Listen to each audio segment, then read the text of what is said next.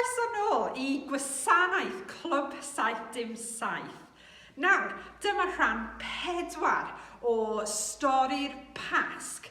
Nawr, wythnos diwethaf, oedd e'n eitha drist. Chi'n cofio, oedd Iesu wedi marw ar y groes ac oedd e'n just yn ofnadwy. Ond heddi, ni'n mynd I sôn am y rhan olaf, y rhan gorau. Achos, wel, chi'n mynd I gweld beth sy'n mynd I digwydd nawr. Ni'n mynd I cwrdd â fenyw o'r enw Mair. Ac un o ffrindiau Iesu oedd Mair, a mae stori gyda hi I ddweud wrthych chi am yr Atgyfodiad. Nawr, Atgyfodiad. Dyna gair mawr. Beth ydy'n meddwl? Wel, gwyliwch hyn a gweld os gallu gweithio allan beth mae Atgyfodiad yn meddwl. Dyma Mair. Helo bawb. Mair yw fy enw I, a dwi wedi dod yma heddiw I ddweud hanes arbennig I chi. A dwi'n dod o bentre bach o enw Magdalen, jyst tu allan Jerusalem. A mae pawb yn ynghalw I yn Mair Magdalen. So gadewch I ni ddechrau'r stori. Sawl blwyddyn yn ôl, gwrddais I â dyn o enw Iesu Grist. Ond nid dyn cyffredin oedd e, ond mab Duw.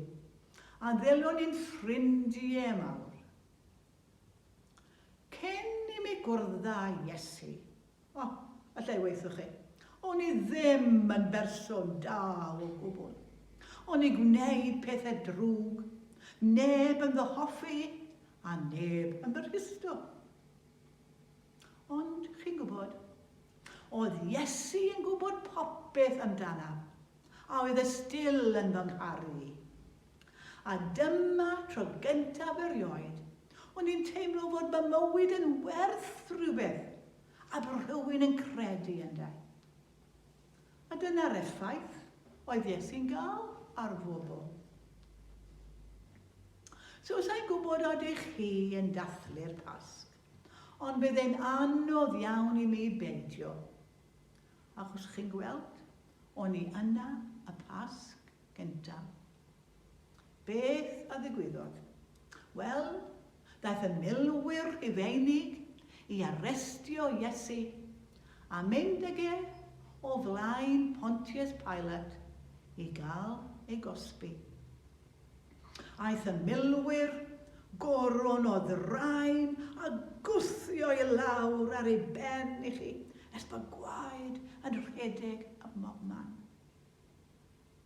A fe fwron o fe yn ddiwedd. Erbyn y diwedd, o'ch chi ffili nabod e. A trwy'r amser, oedd y milwyr yn poeri arno fe, a galw fe yn pob math o enw. Ond chi'n gwybod?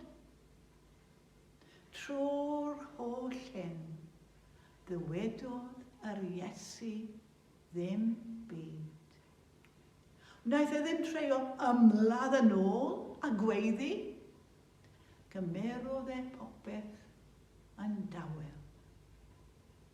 Ar ôl hyn, aeth y milwyr ar Iesu tu allan I wal y ddinas Jerusalem, a gwneud croes bren, a hoelio fe iddi.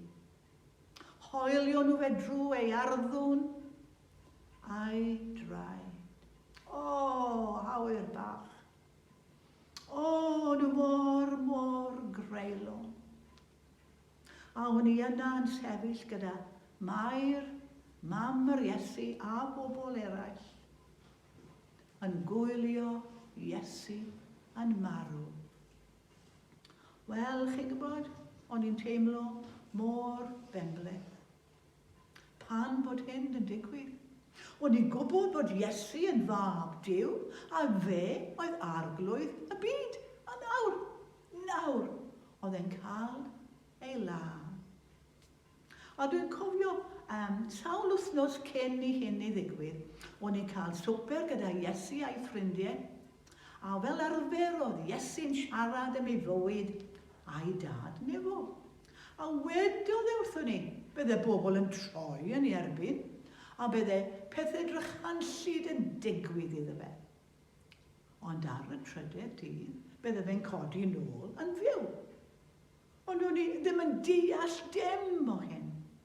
Ond o'n i'n gwybod mewn amser bydde pethau'n dod yn glir. Nawr, oedd Iesu wedi marw.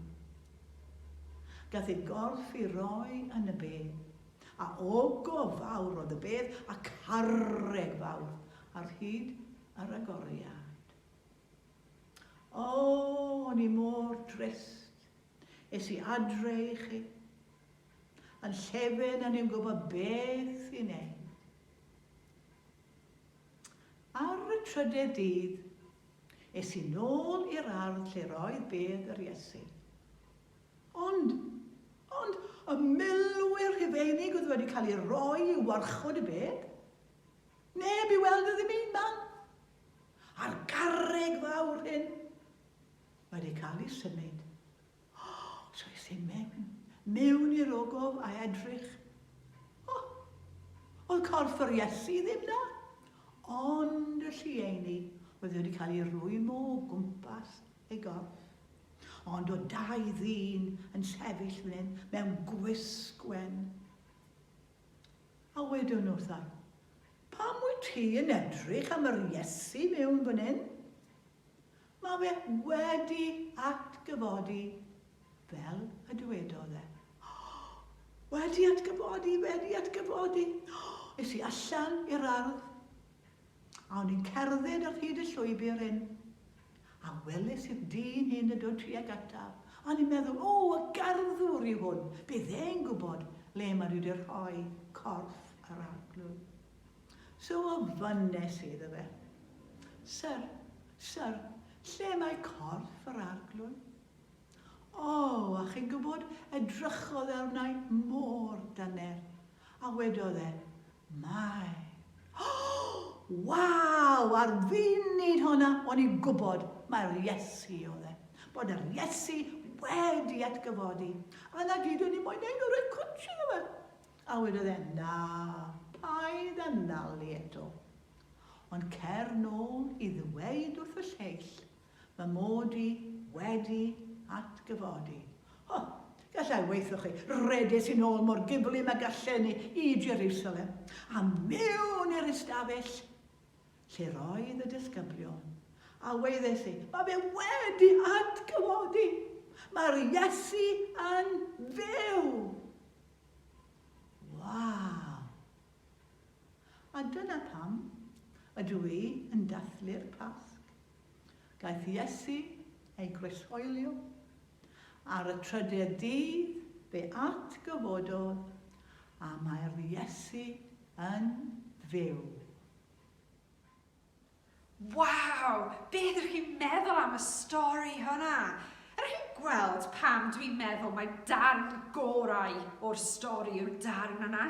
Oedd Iesu wedi marw, a wedi 3 diwrnod ar ôl hynna, mae'n atgyfodi, mae'n dod nôl i fyw. A dyna'r stori y Pasg gyntaf. Ond, os dyna'r stori'r Pasg gyntaf, pam ydyn ni'n gweld pethau fel hyn yn y siops? Pethau fel ciwiar, pethau fel oiau siocled. Beth ydyn nhw i wneud gyda'r Pasg? Wel, mae'r oen a'r cwningen a'r ciw, maen nhw gyd yn symbolau o bywyd newydd. Bywyd newydd fel Iesu oedd wedi atgyfodi, a bod mae Cristnogion yn meddwl bod dyn ni'n cael bywyd newydd mewn Iesu hefyd. Felly dyna pam dyn ni'n gweld pethau fel yna. Ond beth am oiau siocled? Dwi'n gobeithio dwi'n mynd i cael lot fawr o oiau siocled ar Sul y Pasg. Dwi'n meddwl bod chi'n gobeithio hefyd.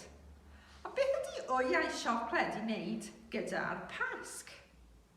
Wel, mae oiau yn symbol o bywyd newydd hefyd, Achos wy, beth sy'n dod allan o wy? Ie, fel Q bach. Felly symbol arall o bywyd newydd. Ond hefyd, drychwch ar y siarp. Mae'n edrych tipyn bach fel y carreg oedd o flaen y bedd, ydy e?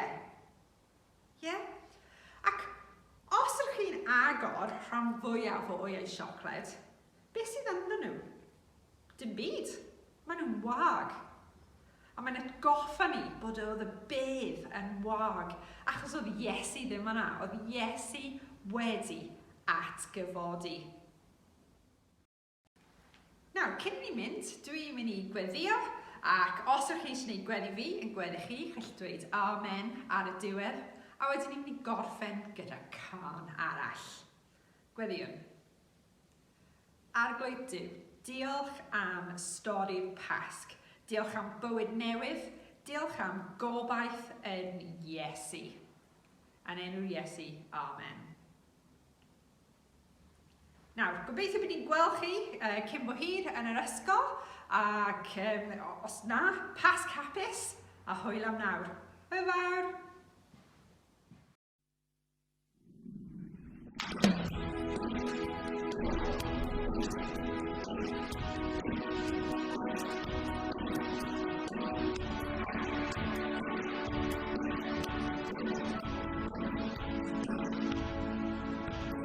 Meddyliwr fi yw y bywiol un e cael fy lladd rwy'n nawr yn byw am byth ac am byth.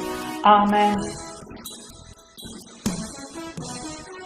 Meddyliwr fi yw y bywiol un e cael fy lladd rwy'n nawr yn byw am byth ac am byth.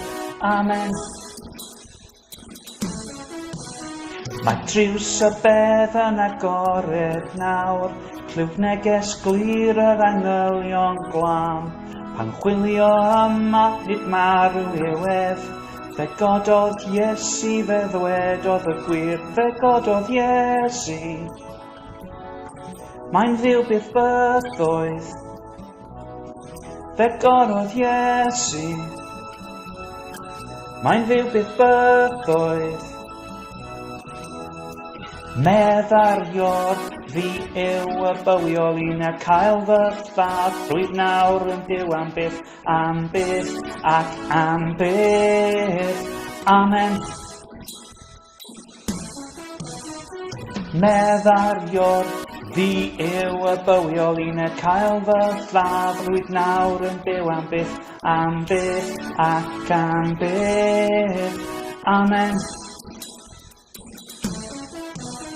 Mae driws y bedd yn agored nawr, clywf neges glir yr angylion glan. Am chwilio yma nid marw rywedd, fe gododd Iesu fe ddwedodd y gwir, fe gododd Iesu. Mae'n ddiw byth bythoedd, fe gododd Iesu. Mae'n ddiw byth bythoedd, fe gododd Iesu. Mae'n byw byth bythoedd, fe gododd Iesu. Mae'n byw byth bythoedd. Meddyliwr fi yw y bywiol un e cael fy lladd rwy'n nawr yn byw am byth ac am byth. Amen. Meddyliwr fi yw y bywiol un e cael fy lladd rwy'n nawr yn byw am byth ac am byth. Amen.